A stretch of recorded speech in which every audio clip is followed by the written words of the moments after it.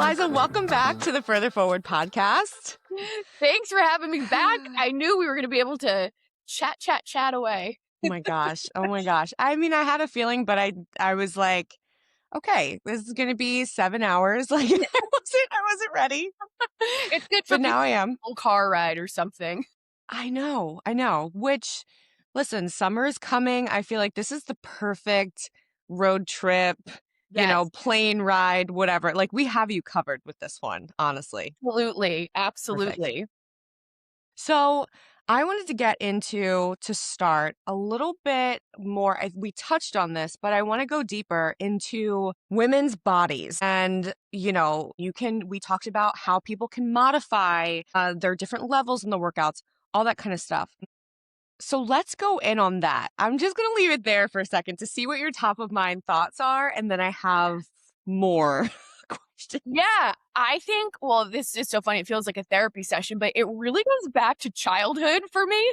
Yes, let's go. I feel like growing up, I always had different groups of friends that didn't necessarily mingle with each other, but I was kind of like friends with the theater kids and then friends with like the jocks and friends with like the popular girls, but like they didn't necessarily all mingle together.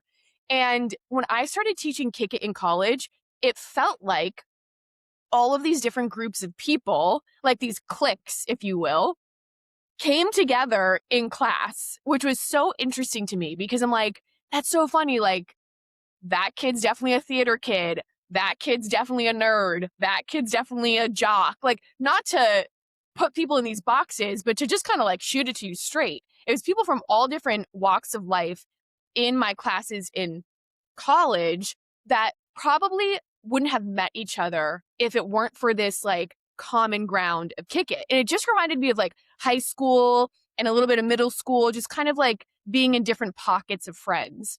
And how I was like a bit of a common denominator between these pockets of friends. So that's kind of what like Kick It felt in college. Okay. And as I got older, it just became evident that people didn't necessarily people didn't necessarily treat fitness as this all-inclusive space. And it wasn't until I graduated, which was so interesting to me because I was just like in this bubble on my college campus. So I didn't have a ton of reference points as to like what fitness was like in the real world because remember, like at this time, Instagram was maybe just getting big, maybe. Yeah. So I wasn't consuming a ton of content on how most people are experiencing fitness, maybe outside of like Jillian Michaels stuff or like, the DVDs, all that. Yeah. So when I moved to Boston and I started experiencing how people really were just so hard on themselves in the fitness world, it was kind of like, what? Like, oh, so people like really use fitness to just like beat themselves down and be like really hard on themselves. It was a learning curve and it was an important learning curve because it helped me shape like what kind of angle I wanted to bring my kind of fitness into the scene as, which was inclusive and like, y'all can have fun. It's not so serious. Like, you don't have to look apart to show up here. You can just show up. So I think, again, it just goes all the way back to being a kid and feeling like, let's hang out with everybody. Like, I love this group of friends and that group of friends in college. It was really highlighted through my Kick It classes. And then I think also, personally, I think about my own relationship with fitness, and it was always, or not even fitness, but movement. It was always an outlet for me. It was always a positive thing. So I just wanted people to experience that in a positive light. And the older I've gotten, the more I want people to lean into that because it's like the older you get, especially as women, your body changes. It's supposed to, like 100%. we're not going to be our like 20-year-old body forever. Some people experience fluctuation or interesting relationships with body image throughout their entire life, So I just really want Kick It to be a space where, especially if you feel like you're struggling with your relationship with movement and or body image, that you don't have to like put up a front to show up. Like just like exhale and be here and have fun. So that's my take on like the body image and inclusivity. And the one thing I'll add to that is as I've gotten older, this is kind of taking a little bit of a right turn, but I think about my dad, which is like total right turn, but I think about my dad. My dad has uh he has a really bad limp and he has since I was a kid and his mobility has gotten worse and worse and worse the older that he's gotten. But that dude goes to the gym almost every morning when he's feeling up for it, and he does his stretching, and he does his light weights. And again, this is a guy where it takes him a long time to get out of the car using his cane, maybe sometimes his walker if it's really bad, and Yeah. makes that effort to like keep his body moving. So for me, my reasons for inclusivity and just like my approach to fitness have evolved just like thinking about the people in my life and like how lucky are we that we get to just like get up and move because that is not the case for so many people. So I think having someone very close in my life to me like my dad and seeing his relationship with movement has been another big like light bulb moment of so grateful to move. Let's make this accessible for as many people as we can. And help people just find joy in the process instead of having it feel so rigid and like you have to crush yourself in every workout. That makes so much sense. And I got like chills. I still have them when you're talking about your dad because I think it, that's a lot of what puts things into perspective for us, right? You have to experience something in order to really get it, or you have to have Yes. some close Yes. proxy, right? I remember first dating Mark and all of those really, really early conversations about race and him being like, wait, are you sure racism exists? Like, are you really, really sure? Because like, I don't think I've seen that. And I'm like, I don't think you have any black friends. And then as time went on, he did start to see stuff, but he needed this kind of other this other experience or this like proxy experience, right, in order to see something that he didn't previously see. When I think about diversity and inclusion, that's a part of to me why I want so many different kinds of people in my classes because that's the only way people are going to normalize other bodies is if they like see them, if they see them moving or not moving or whatever. It's like you have to know that all of this exists and you just have to be okay with it. Yeah. Doesn't have to be your story, but it is a story that's valid in the world. Yeah. And I think you're spot on with like sometimes, most of the times actually you have to experience it and like be in that proximity. So I think um I was in that bubble in college where it was just like this mixed group of people who would come together. And it wasn't until I was in like Boston gyms that I was like, oh, wait, this is like a Yeah. stark contrast to Yeah. what I know. But again, it helped me understand what angle I wanted to approach Yeah. fitness. And I think what's interesting about Boston specifically, just like what I've noticed, especially not being a New Englander, Yeah, is that like sometimes people, they will make a different choice if there's another choice, yeah, right? Sometimes what the city has to offer in some of the most popular workouts is like crush yourself. They're all really like intense, heavy weightlifting, running, whatever. And it's like people don't even have a choice. Like they don't even know what else is possible if we don't show them right. different kinds of fitness, right? It doesn't have to be yin yoga or berries. Like there's so much in between. Yeah, people don't know what they don't know. You don't know what they don't know, which Yeah, is which is also why I love what you've created because you're giving them something else to know and potentially love. yeah, Yeah. definitely. And that can be a little intimidating when you're doing something I mean, I'm not doing something like wildly different, but No. it's not like how I don't know, like you do a bar certification, then you teach bar. Like I was coming into the Boston fitness scene kind of like with my own thing. So it was intimidating to be like, I made up this class. Does anyone want Yeah. to take it? Yeah, yeah. It was That's so true. definitely intimidating. But I think also Boston is a very athletic, active city. Totally. Yep. And I think it plays into like the New England kind of like, stubborn, a little harsh, Mhm. vibe, Mhm. but I think to your point, you don't know what you don't know, so if, like, you Yes. serve people a different option, they might be interested in it, Yeah. so it's Yeah. okay to, like, deviate and do something a little different. On that note, I think it's like the perfect segue to talk about how you speak to instructors. Um, you put out a lot of content for fellow instructors. To me, it feels inclusive in that you're just trying to, again, normalize experiences, normalize teaching to empty rooms. Like, it doesn't mean that you're a terrible instructor. Like, there are all these Totally. other factors, so what makes you want to talk to the industry in that way, like peer to peer? Where's the thought behind it?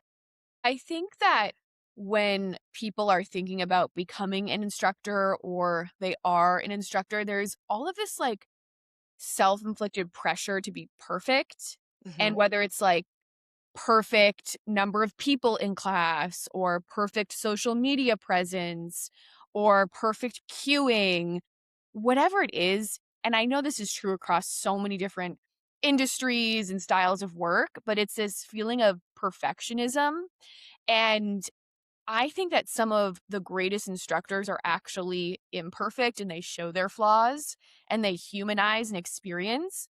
I just think like there's this interesting situation of an instructor being at the front of the room with a mic, maybe on a podium or a stage or something. And all of a sudden, it's like, it has to be this like perfect show because teaching really is a performance. Yeah. I mean, it's for people, which I also like to remind instructors, including Yes. myself. I get 2 in my head. It's for people, it's not for you, Right. but it's something about having, like, the person at the front of the room with a mic on. It just turns into this game of, like, I need to show up and present and perform perfectly when I think people have a much better experience when the instructor humanizes like a class or a moment and it helps Hmm. people connect better to them and that creates loyalty and longevity. Like people just want humans. Yeah. I think that Peloton is an interesting example of putting instructors on a pedestal, but Uh-huh. somehow many of those instructors still are able to connect with all of these people because they humanize it. It's like humor and kind of like self-deprecation sort of thing, like it's a lot of human moments that although they're on this like big stage, they can connect with their audience. And I don't know if that's true for all of those instructors, but just kind of from what I've seen, there is a little bit of like that magic of connecting with their communities because there's a human element to it. But I think that takes time. I think when you're a new instructor, of course, you're trying to get it perfectly, of course. Yeah. You You have to go too far the other way in order to like bring yourself back to center. You have to know what it feels like to kind of go off the exactly. rails. Yeah. Yeah. You just have to like go through that experience of maybe trying to get every cue down or like every count down or whatever it is. I think the more experience you have, that starts to come naturally so that you can settle into like your human experience as an instructor. So I think it's part like wanting to take pressure off for instructors, but also like opening people's eyes to like you don't have to be a robot. Like you don't have Yeah. Yeah. you do hit every single mark and be quote unquote perfect. Right. I mean, I think this too like goes back to a little bit of the conversation we were having last time, which is because you're so successful and you've created so much, I do think that there's a perception that you don't experience any of these things, right? Like that every time you step out to teach, there's 300 people there, right? That you never experience any quote unquote failure. And whenever I read your posts as a seasoned instructor, I still take away this fact of like, we are always in process. Yes. And especially when we're really becoming grown-ups, like you're inching closer to your 40s and beyond, you know, your audience may change because you're changing, because what you value in life is changing. Just like you said with our bodies, there's so much that's in flux in life in general. And I think sometimes it's you have to keep teaching through those transitions and allowing the old people to fall away and the new people to find you. And there's just so many dynamics of everything, you know, so I love that you kind of you seem like you're in it with everyone, Yeah, whether you're for sure. beginner or you've been doing it forever. For sure. And I think too, like, I am also giving myself these messages. It comes from a place of Mhm. like, what are things that I struggle with that I think Yes. other people might struggle with? So that's where these messages come from. And it's always a work in progress. Like, I just had a class this past weekend and there were 12 people there. And it was like, it was this conversation in my head, honestly, of like, okay, do people not want this anymore? Like, is this a mirror or reflection of my business? Like you go down this spiral a little bit. Like, Yes. what does Yeah. it mean? Um, and what it means is it's a busy spring, almost summer weekend. People Yeah. want to be there, but there's competing schedules. Yeah. And the people that did come had a great time. I was able to like nurture those relationships. But I don't think there will be a point where I don't also struggle or like I'm not in the trenches because it's when, especially when you're running a small business, it's like you're always trying to keep a pulse on what are people enjoying? What do these numbers really mean? Like, what do Yeah. they like really mean? Not like what my ego is saying. Like, what does Yes. it really mean? Like, Yes. that's a constant conversation with myself. And I think that it's also important for people to remember, including myself, that no matter how long, no matter what industry you're in, really, but for the fitness industry, I guess in this context, no matter how long you teach, like there's going to be waves and ebbs and flows. Like it's not just like up to 100% forever, like to infinity and beyond. Yeah. It Yeah. really is like up and down, and it All the doesn't time. necessarily mean something about you. It just means, like, get curious about where are your people? What do they want? It's not like a personal dig. So that's definitely something that no matter how long I get to teach, it's gonna be like an inner dialogue of, like, kind of like rewiring. That's true. That's true. Yeah, same for me. Always. And also like I've been noticing too recently, I would say like this year, 2026, um, you know, if something is not going well or something's not going the way I think it should be, I've kind of like what's the word? Because I don't want to sort of misrepresent the conversation or make it seem like I'm being harder on myself than I am. But I've been thinking about my thought patterns around myself and ways that I've undervalued myself in the past. And I'm now living the manifestation Yeah. of the things that I've said yes to, the Yep. pay that I've said yes to, the Yep. people that I've collaborated with. I have felt the effects of like certain things coming to bite me in the ass. And I'm Totally. in the pattern of trying to recognize when I have like just sold myself short, or Yep. maybe I didn't show up as my full self. So now the people that connected with me are not getting the real version of me because I didn't give them the real version of me. And maybe this is just something that happens as you get older. I don't know. I haven't really had this conversation with anyone, but I definitely feel like I will always feel like part of the problem is always going to be me. My friend Katie's like, we are 50% of any relationship, right? So if things are not going right, Yeah.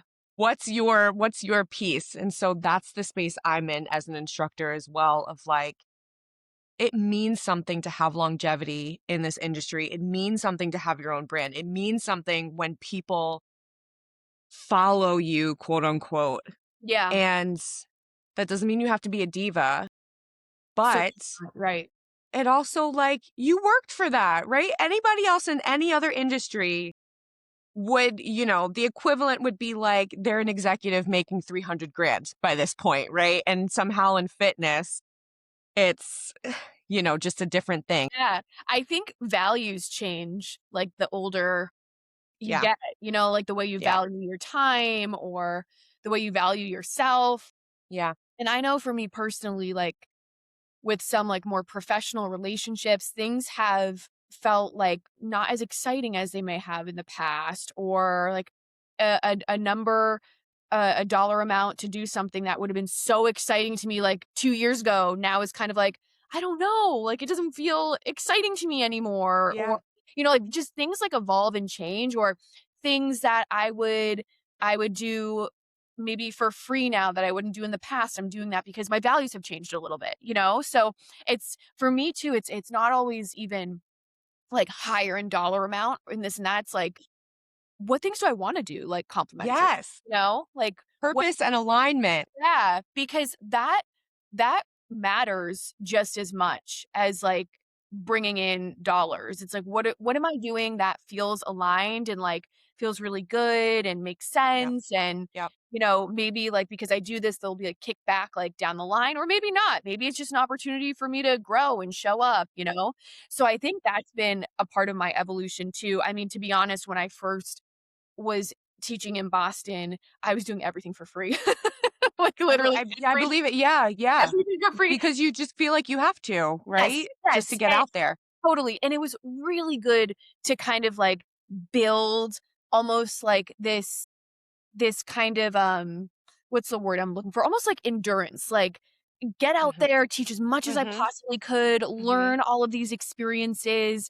The hard part for me was when I gained the experience, I was like, "Uh-oh, how do I stop doing all this stuff for free?" Yeah. Yeah. And I remember I was teaching for this series. They're wonderful partners, but I had decided, I was like, I need to ask for more for these classes. And I remember I was just so nervous. Like my voice Yeah. was shaking I believe it. I believe it. these classes because I held such value on them that I was like, if they say no, what am I gonna do? Like I was Yeah. like my life was hinging on this. Yep. With that with just like time and experience, you have to go through the uncomfortable moment of evolving into like asking for more, and also just having a conversation with people, if they can't meet you there, okay, like what does that mean? Can we work something out? It doesn't have to be Yes. a hard and fast yes, no, or like I'm in, I'm out. I'm actually Right. working with this really wonderful uh woman who helped open a studio in Australia. I'm working with her like on a one-on-one capacity. And one of the things we're really talking about is negotiating with the owners about her role and context. And I see so much of myself in her because Mm, she's like, this is so uncomfortable for me to like ask for what I want, even though she's beyond talented, like of beyond talented, of has course. so much experience. But that's a part of like the evolution and kind of like thinking about where are your values right now. And I just remember saying to her recently, like, listen, just have a conversation with them. It doesn't have to be mean. It doesn't have to be scary. It doesn't have to be like, yes, no. Like there are ways to work with people. And so that's how I try to approach things now is like have a conversation. Like, what is their bandwidth? What's my bandwidth? It doesn't have to be a negative, True. tone. It's just a conversation of like, where's everybody at? Let's see what we can come up with, sort of thing.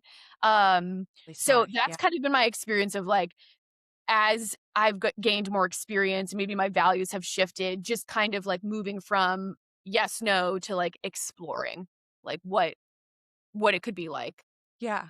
I mean, I hope people really take that in because, especially if you're an entrepreneur or a solopreneur or a creative or whatever, because that's business, Yeah. right? Everything's a negotiation, and everybody needs something that goes beyond money.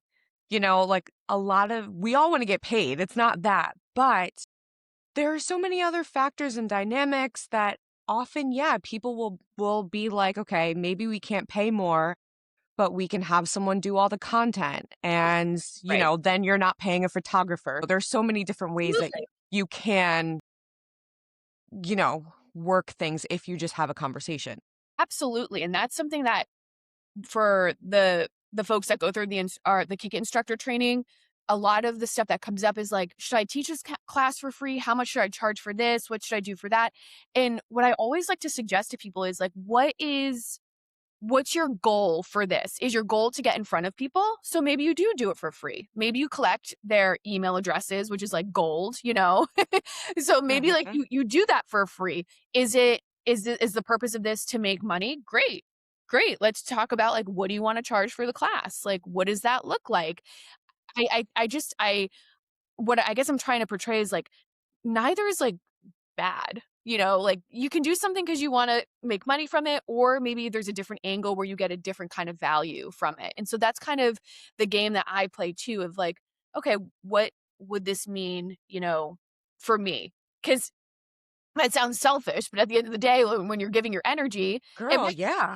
might not be the dollars, it might be something else, but it is Right. like from an energetic perspective, what feels good. And I think Right. that a lot of people who get into fitness, they have maybe a corporate job or something more quote unquote traditional. So of Yeah. course they go into it thinking like, how do I make money? Like right away. Yeah. What's Yeah. what's the ROI? Right. And Right.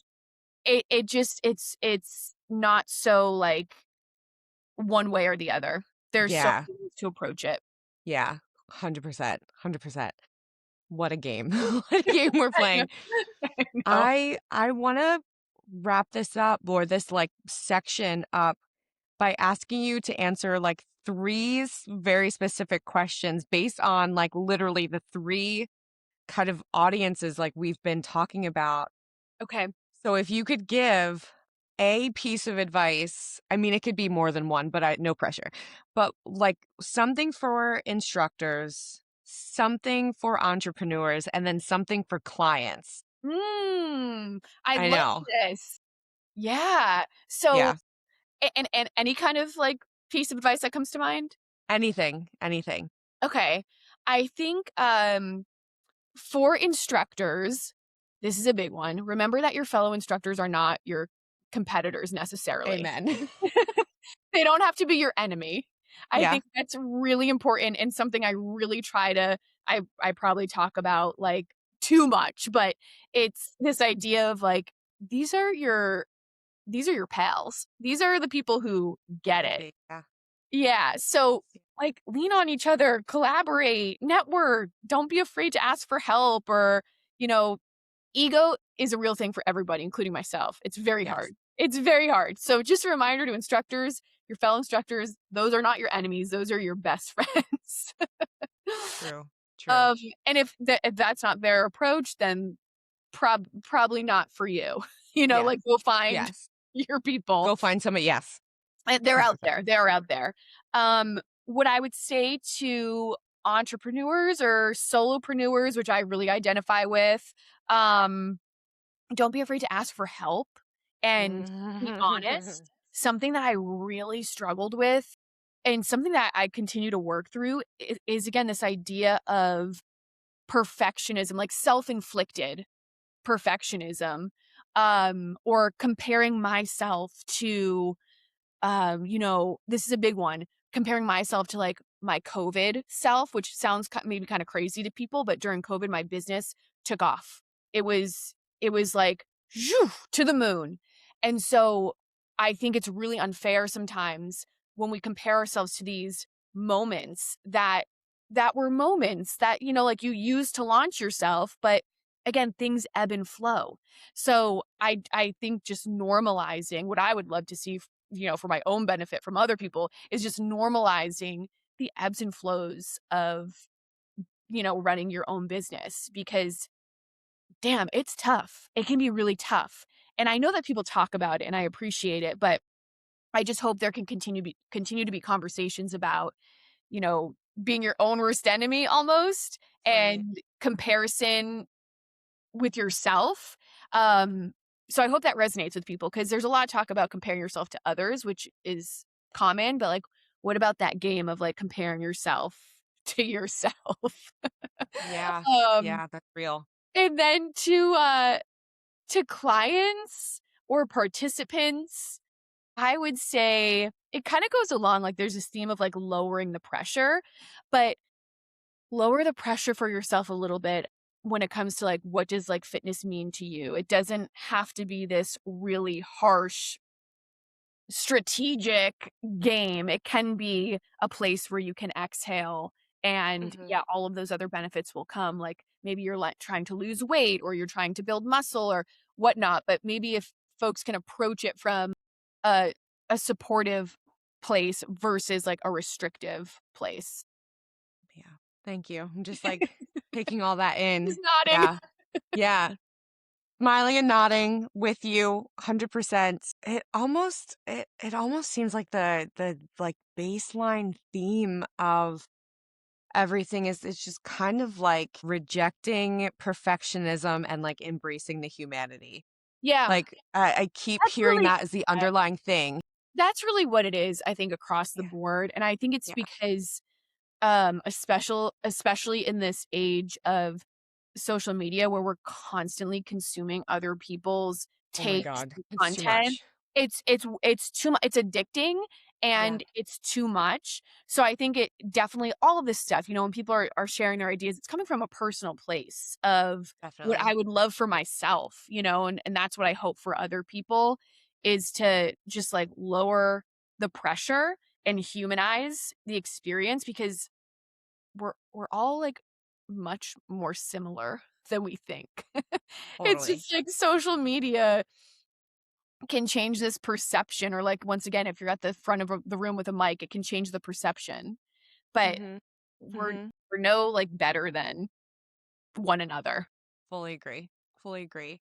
I would also argue that sometimes, like, it's the person in the front of the room with the microphone that needs healing the most. Yes.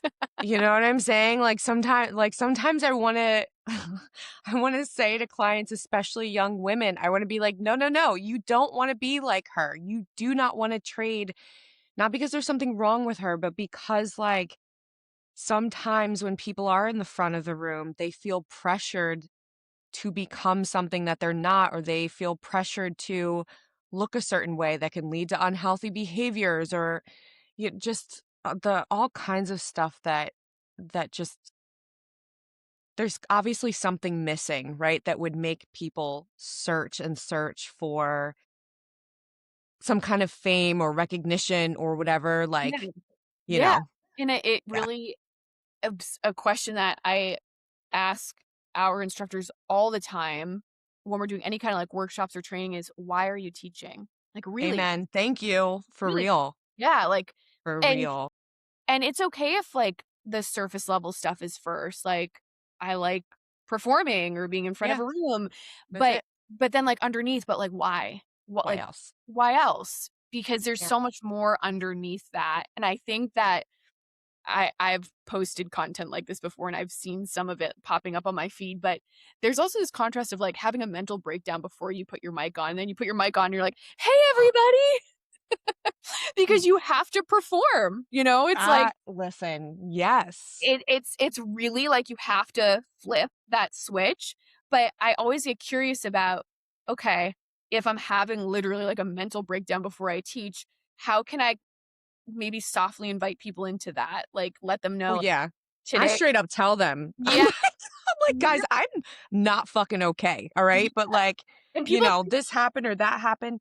They're so grateful yeah, because like, once you say it, class goes better than you thought, right? Because now you're not holding on to whatever. They hold you, you hold them. You didn't lie. You didn't like trauma dump either. You just said like, "I'm having a day." Whatever. For sure, and I think that's the thing too, like, I'm leaning so far one way that I do wanna remind people that, like, the integrity of your teaching and, like, the way you're able to teach and, like, your education and, like, your Yes. form, like, all of that is so important, so I hope people don't take this and they're like, "I'm just gonna show up and Yeah. trauma teach." Yes, please, no, be qualified, please, Be please. be qualified for sure. I just like, as we're talking, I'm like, "Huh, I wonder if people that are listening to this are thinking like, okay, cool, so I'm just gonna, like, show up and just share all my shit with everybody," but I the know, I know. is just, like, have some, training so you can. Yeah, just just at minimum. I'm like, Yes, we're going above and beyond the baseline yes, of we're assuming that you already, you have your CPR, AED certification, like you know the that's right, minimum. that's right. You wanna be able to take care of people and, Yes. give them a Yes, really please. safe experience, Oh, but yeah, that's baseline. okay. Now I need to know like who you wanted to be when you were a little girl. Like how did you imagine your life? Mm, I well, like, talking about performance, Uh-huh. I always felt pretty comfortable on a stage, like, Mhm. was grew up dancing or before I went all the way with dance, it was, like, dance and cheer. So, like, there was always this, like, performance or I was a theater kid too. So there's always, like, this performance-based kinda thing. But when I was thinking about my career, I always was like, um, I wanna be, like, on the news, like, a broad Ooh. sort of thing. So when I went to UMass Amherst, I actually went in with the intention of, like, going down that route, which was Okay. interesting. So, all that to say, like, there is this love of being able to, like, perform or, like, provide an experience for people. Um, but at the same time, I've also been very much like a caretaker, so I love making people, as you can probably hear through these conversations, just making people feel, like, supported and loved and, like, you know, seen. So, I think something in that space was always going to be in my future. And the further that I got into my college career, I actually, um, added on public health as a major because I really love the public health space. I am so, I can't even tell you, painfully bad at, like, math and science, but I Me love too. I So I bad. love the social side of public Yeah. health. Yeah. So and this was kind of unique at UMass Amherst, you can go the science track or the social track. So for me, I was like, Ooh. "Oh my god, this is perfect." So it's like learning about people's behaviors and, like, trends and obviously much deeper than that. I'm really summarizing, but it was so interesting to me to understand like health trends and how people, nature versus nurture and how you grow up and all of these things is just so interesting. So I think that I just wanted to be in a place of like supporting people's health and making them feel good and that performance piece is just kind of a an added bonus on most days.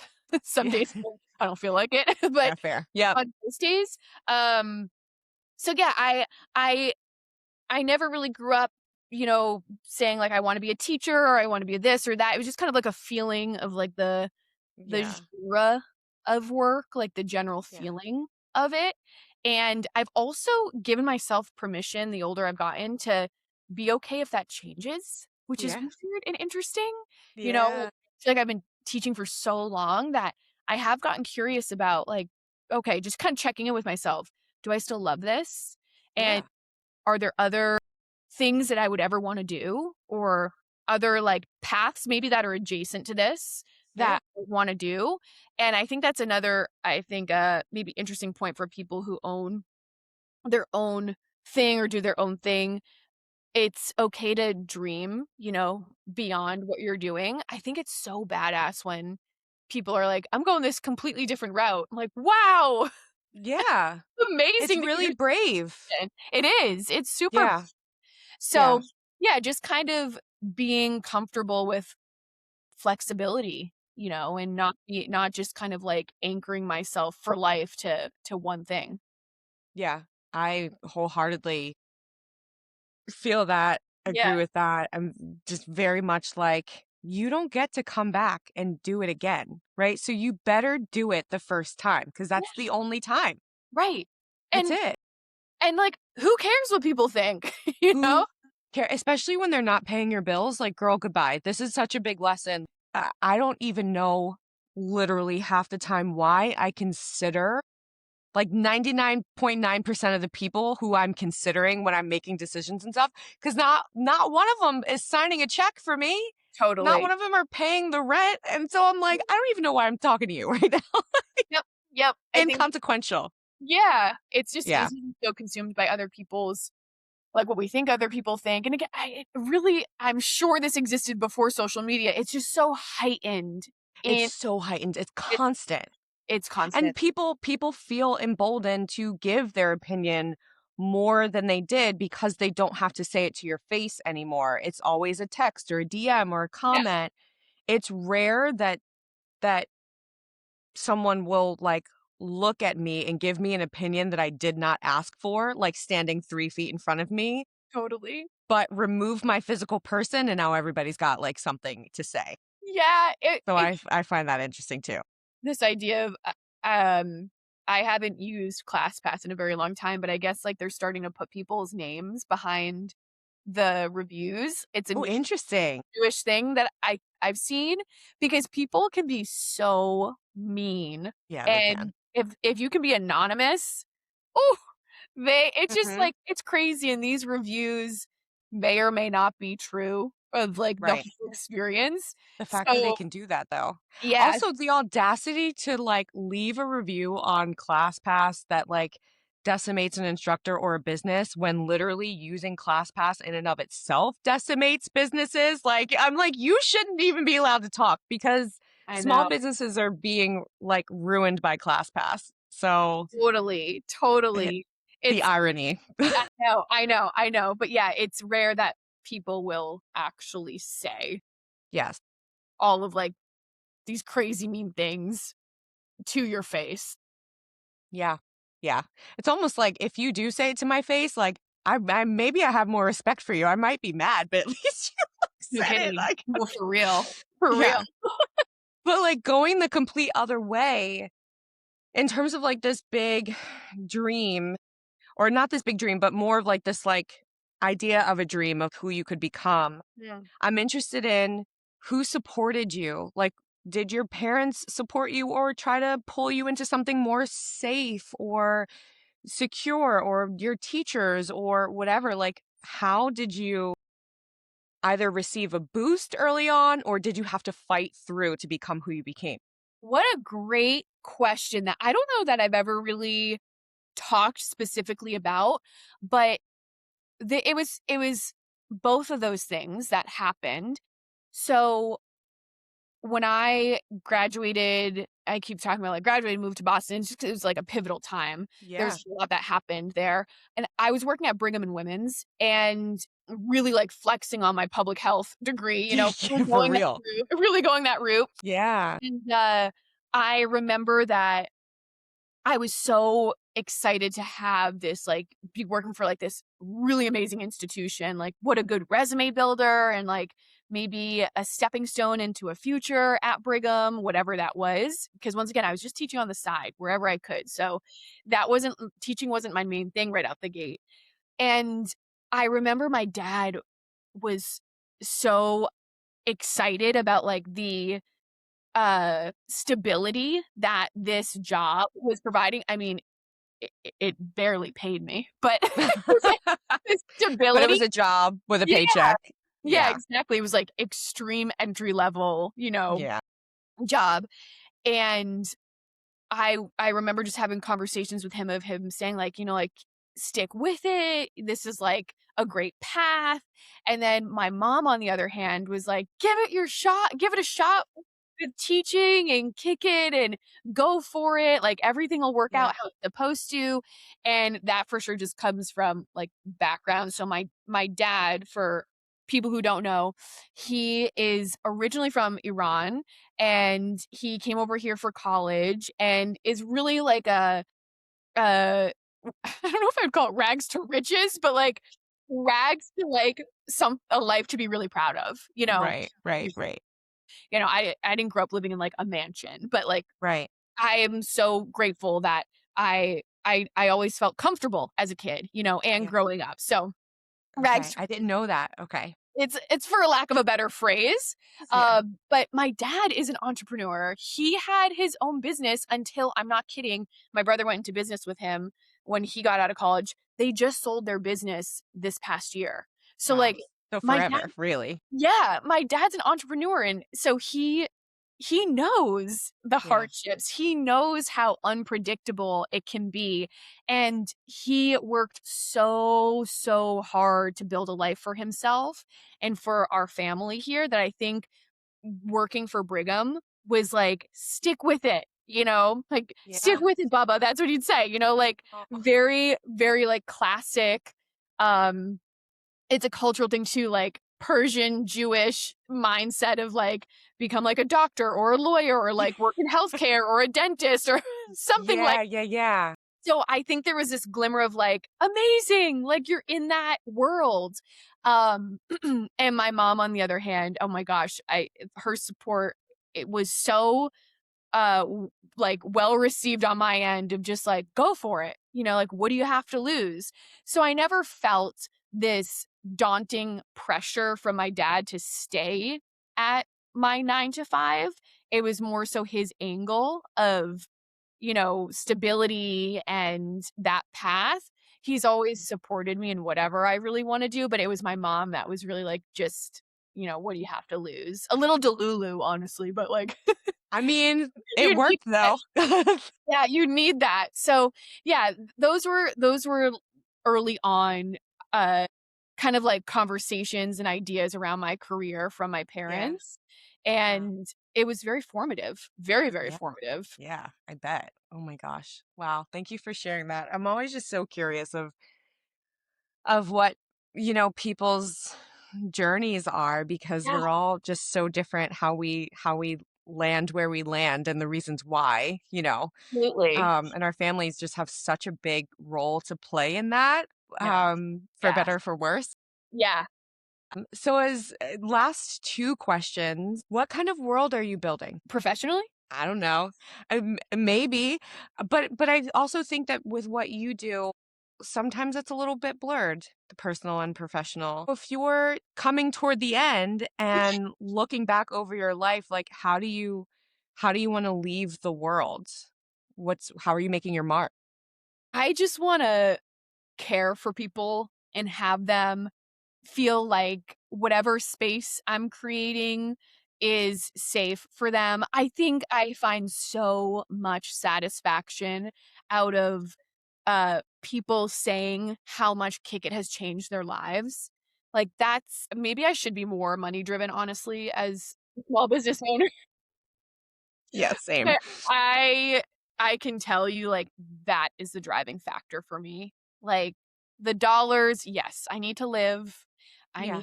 I want to be comfortable. I wanna grow, but I'm telling you, like, star of the show is hearing, seeing, experiencing people kick it, having a relationship with Kick It, and saying it's changed my life. Like, that is extremely satisfying for me. So I just want to keep creating spaces like that, and like how cool, I'm not I'm not like a doctor or, some like high level whatever it is, but I'm able to still create an experience for someone that changes their life. That seems really cool to do that and very meaningful. I think like the meaningful piece is for me personally. I just want to create a meaningful life. So that's that's kind of a umbrella answer to Yeah. the life I want to create. I love that. Thank you. And finally, is there anything that I did not ask you that you feel needs to be said on this podcast? Hmm. To be honest, I don't think so. I think it's just We covered a lot of ground. yeah, I feel like it's really fun to share the beginning stages and like the behind the scenes to everything, even down to like talking about my parents and their different kind of support and where they came from and how that influenced me. I think it's so fun to share that because that is like in the depths, like it's underneath all of this stuff Yeah. of what people see today. So I'm really glad I got to share that piece of it. It's so important. It's so like instrumental to who I am and like the work that I do. So I hope that that piece was fun for people to listen to. And other than that, I think we covered everything, really.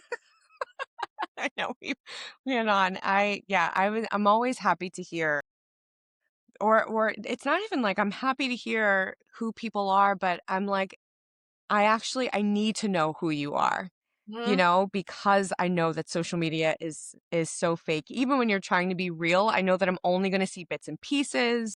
I'm Yes. never going to have the full story. I'm never going to be able to truly get to know you. And so just I always crave that of people. As much as you try to convey it on social media too, everything is so quick moving and like, like Yeah, it's you just refresh a page and like your post goes away or like, whatever, your right, email gets popped to like the promotions tab. People don't see your story. There's so many right. ways that people miss the actual story. So Yeah. I really appreciate these conversations and thank you for giving me the platform to talk about all of it. Oh my gosh. Thank you for saying yes. So happy to have you. I know you plugged everything in the last episode, but still, let's Yeah. make sure we cover all the bases in case somebody was moving too fast and missed it. So, where can people find you and connect? Everything is at Kick It by Eliza. I'm most active on Instagram and new website is coming out soon. So by the time Yes. it's live, that'll come out, which is really exciting. But yeah, everything at Kick It by Eliza. Perfect. Easy. Um, I guess that's it. I guess I have to say goodbye to you now. Now I'm kind of sad. It's like No. really over. Thank you so much for your time and your energy and your expertise and your vulnerability. I appreciate it. I know other people are going to appreciate it and that they're just going to like love getting to know you better and getting to check out Kick It. It's just the best case scenario. So thank you. Yeah, thanks for having me. All right, everybody.